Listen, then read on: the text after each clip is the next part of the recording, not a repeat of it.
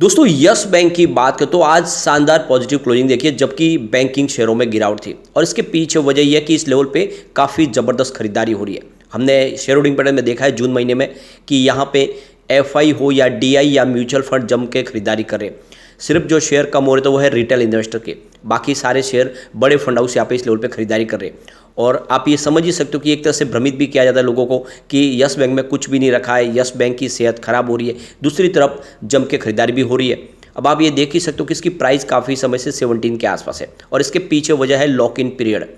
जिन बैंकों ने इन्वेस्टमेंट किया था यस बैंक में, फिर से उसको खड़ा करने के लिए आरबीआई ने जो एक नया आप देखें तो उस फिर से उसको उठाने के लिए जो एक फार्मूला लाया था, उसके तहत एसबीआई ने एक बड़ी स्टेक ली, साथ में दूसरी बैंकों ने भी वहाँ पे निवेश किया, लेकिन उनके जो शेयर थे, जो स्टेक उन्होंने ली थी, उसको 3 साल के लिए लॉक इन पीरियड के लिए लॉक कर दिया गया था। वो अपने शेयर नहीं बेच पा रहे थे, लेकिन अब ये मार्च महीने से लॉक इन पीरियड खुल चुका है और ऐसे में जब इसकी प्राइस भी बढ़ चुकी है तो वो धीरे धीरे अपनी प्रॉफिट बुकिंग कर रही है और वजह यही है कि स्टॉक 17 के आसपास स्टेबल बना हुआ है। लेकिन जल्द ही ये सब पूरी प्रॉफिट बुकिंग खत्म होती है, यहाँ पे एक तेजी का दौर बहुत जल्द आ सकता है। तो यहाँ पे बहुत सारी बातें जिसको इस वीडियो के माध्यम से डिस्कस करेंगे और जानने की कोशिश करेंगे क्या यस बैंक में इन्वेस्टमेंट इस समय कर लेना चाहिए।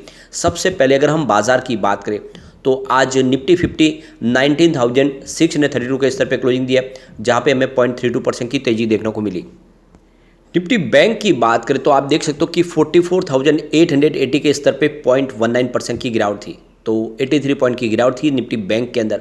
निफ्टी पीएसयू बैंक की बात करें तो 4,536 के स्तर पे 0.10% की गिरावट थी। और अगर हम बात करें निफ्टी प्राइवेट बैंक की तो 23,209 के स्तर पे 0.16% की गिरावट थी। तो चाहे प्राइवेट सेक्टर के बैंक हो या फिर सरकारी बैंक हो, सब जगह पे गिरावट थी। लेकिन यस बैंक में हमने तेजी का वातावरण देखा आज।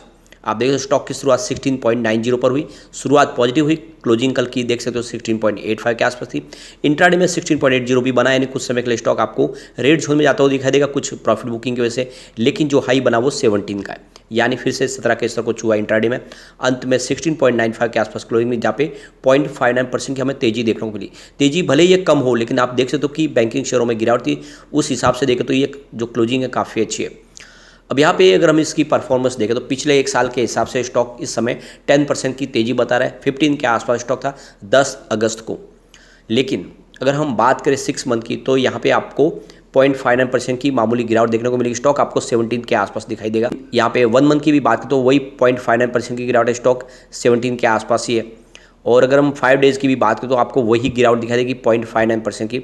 स्टॉक देख सकते हो कि 17.05 के आसपास है, यानी एक तरह से देखें चाहे 5 दिन हो, 1 महीना हो या फिर 6 महीने हो, स्टॉक 17 के आसपास है और अभी भी 17 के आसपास है। यानी जब से लॉक इन पीरियड खुला है स्टॉक 17 के आसपास स्टेबल बना हुआ है। इससे एक बात तो समझ में आ रही है कि इससे नीचे स्टॉक के जाने की संभावना नहीं है और जैसे ही थोड़ा सा पॉजिटिव माहौल बनेगा स्टॉक तेजी से ऊपर जा सकता है। वॉल्यूम में भी स्टेबिलिटी है। पिछले एक महीने पहले इसका 14 करोड़ का वॉल्यूम था, 4 करोड़ की डीले उठाई गई थी। 1 वीक पहले 9 करोड़ का वॉल्यूम था, 3 करोड़ की डीले उठाई गई थी। और कल 6 करोड़ का वॉल्यूम था, 2 करोड़ की डीले उठाई गई थी। और आज भी 6 करोड़ का वॉल्यूम हुआ, लगभग एक जैसे वॉल्यूम में ही कामकाज हो रहा है। अब आप पिछले 3-4 दिन की ट्रेडिंग भी देखेंगे तो आपको स्टॉक लगभग वहीं दिखाई देगा। देख सकते हो कि 2 अगस्त को स्टॉक 17 के आसपास था, 0.6% की गिरावट हुई थी। 3 अगस्त को स्टॉक में कोई भी अपडाउन देखने को नहीं मिला, स्टॉक की क्लोजिंग 17 के आसपास ही रही।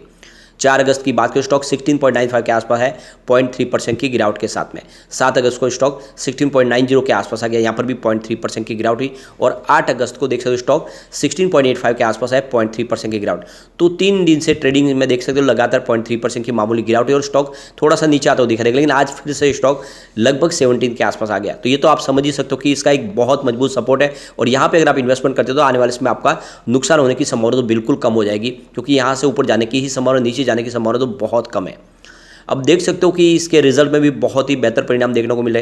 2020 की बात करें तो जहाँ पे इनका रेवेन्यू 38.01 थाउजेंड करोड़ का आसपास था, लेकिन बैंक को 16.43 थाउजेंड करोड़ का बहुत भारी लॉस हुआ था। 2021 में रेवेन्यू घट के 23.15 करोड़ के आसपास आ गया, लेकिन लॉस भी घटा, साथ में 3.49 थाउजेंड करोड़ का लॉस हुआ। 2020 की बात करें तो कंपनी प्रॉफिट में आ गई। आप देख सकते हो कि बैंक को 22.42 थाउजेंड करोड़ का रेवेन्यू मिला और 1.06 थाउजेंड करोड़ का प्रॉफिट मिला।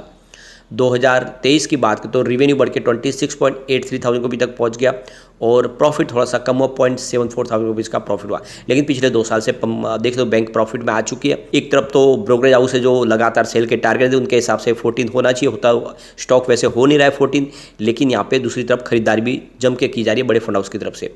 अब कुछ बड़े म्यूचुअल फंड जिन्होंने यहाँ पे निवेश किया उनको भी देख लेते हैं। तो सबसे पहले अगर आप देखें तो एक्सिस ग्रोथ अपॉर्चुनिटीज़ फंड ने यहाँ पे 16.53 रुपीज़ का इन्वेस्टमेंट किया है और यहाँ पे उनकी होल्डिंग में कोई भी बदलाव आपको दिखाई नहीं देगा। Nippon India ETF Nifty mid cap 150 ने भी यहाँ पे 12.39 रुपीज़ का इन्वेस्टमेंट किया है और उनकी होल्डिंग आपको 41.21% मंथ ऑन मंथ बेसिस पे बढ़ती हुई दिखाई देगी। Motilal Oswal Nifty mid cap 150 index ने यहाँ पे 11.91 रुपीज़ का नया इन्वेस्टमेंट किया है। उनकी होल्डिंग भी 43.74% मंथ ऑन मंथ बेसिस पे आपको बढ़ती हुई दिखाई देगी। Nippon India Nifty mid cap 150 index की बात करें तो 10.81 रुपीज़ का उन्होंने इन्वेस्टमेंट किया है और 39.79% की होल्डिंग उनकी मंथ ऑन मंथ बेसिस पे यहाँ पे आपको बढ़ती हुई दिखाई देगी।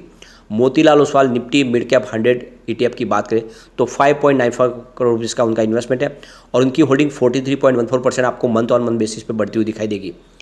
Mirae asset Nifty mid cap 150 ETF की बात करें तो 4.49 रुपीज़ का उन्होंने इन्वेस्टमेंट किया, 64.43% की holding month on month basis पे आपको यहाँ पे बढ़ती हुई दिखाई देगी।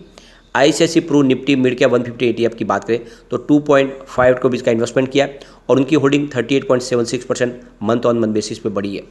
इसके अलावा SBI Nifty mid cap 150 index की बात करें तो 2.20 रुपीज़ का इन्वेस्टमेंट किया है, 40.81% की holding month on month basis पे बढ़ी है। तो SBI का भी निवेश यहाँ पे बढ़ा है। ICICI Pru Nifty mid cap 150 index की बात करें तो 2.19 रुपीज़ का उनका इन्वेस्टमेंट है और उन्होंने 50.34% की holding month on month basis पे बढ़ा दी है। यहाँ पे 361 क्वांट फंड की बात करें उनका 1.69 रुपीज़ का इन्वेस्टमेंट है, उनकी holding 5.15% month on month basis पे घटी है। तो ये तो आप देख लो इंडिया के जितने बड़े म्यूचुअल फंड है उन्होंने जम के खरीदारी की है। सिर्फ यहाँ पे एक आध म्यूचुअल फंड है जिनकी खरीदारी कम हुई है, बाकी ओवरऑल सब ने जम के खरीदारी की है, चाहे ICICI बैंक हो या SBI हो। और जब बैंक ही भरोसा करे इस समय अगर इस यस बैंक के शेयर पे, तो आप समझ ही सकते हो कि ये वाकई में आने वाले समय एक बड़ा मल्टीबैग रिटर्न दे सकता है। चलते हैं कुछ बड़ी डील की तरफ। सुबह 9:21 पर 16.80 की प्राइस से 13,72,000 शेयरों की एक बिकवाली हुई, लेकिन उसके बाद 9:48 पर 16.85 की प्राइस से 10,26,000 शेयरों की शानदार खरीदारी हुई। फिर 9:58 पर 16.85 की प्राइस से 10 लाख शेयरों की एक बड़ी खरीदारी और हुई। उसके बाद 1:51 पर 16.90 की प्राइस से 14,69,000 शेयरों की एक बड़ी ज़बरदस्त खरीदारी और हुई। उसके बाद बाजार क्लोज होने के समय 3 बजे 16.90 की प्राइस से 33 लाख शेयरों की एक बिकवाली हुई।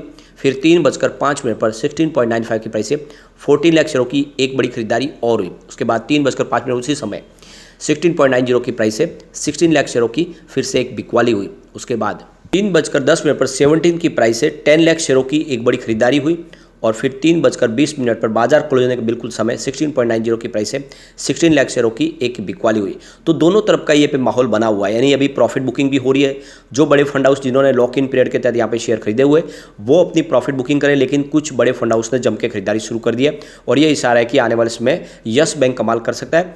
यह स्टॉक वैसे ही दौड़ सकता है जैसा सुजलॉन ने सबको रिटर्न दिया ज़बरदस्त, या फिर IRFC हो या फिर RVNL, तो स्टॉक के अंदर वो सारी की सारी संभावना है। रिजल्ट बेहतर आ रहे हैं और बैंक का बिजनेस काफ़ी अच्छे से बढ़ रहा है, ग्रो कर रहा है। आप समझ ही सकते हो कि डिजिटल ट्रांजैक्शन में दूसरी बैंकों को पछाड़ के ये सबसे पहले इंडिया की नंबर 1 बैंक बनी है जो UPI ट्रांजैक्शन में सबसे आगे है और ये इशारा है कि स्टॉक आने वाले समय कमाल कर सकता है। तो लॉन्ग टर्म इन्वेस्टमेंट के लिए बहुत अच्छा मौका है, खरीदारी आपको कर लेनी चाहिए। लेकिन फ्रेंड, कोई भी इन्वेस्टमेंट करने से पहले अपने फाइनेंशियल एडवाइजर से बारे में ले ले या अपना खुद का रिसर्च करें, क्योंकि मैंने वीडियो आपके एजुकेशनल पर्पज़ के लिए ही बनाया। वीडियो पसंद आए तो लाइक से जो कीजिए और चैनल को सब्सक्राइब कर दीजिए। Thank you friend.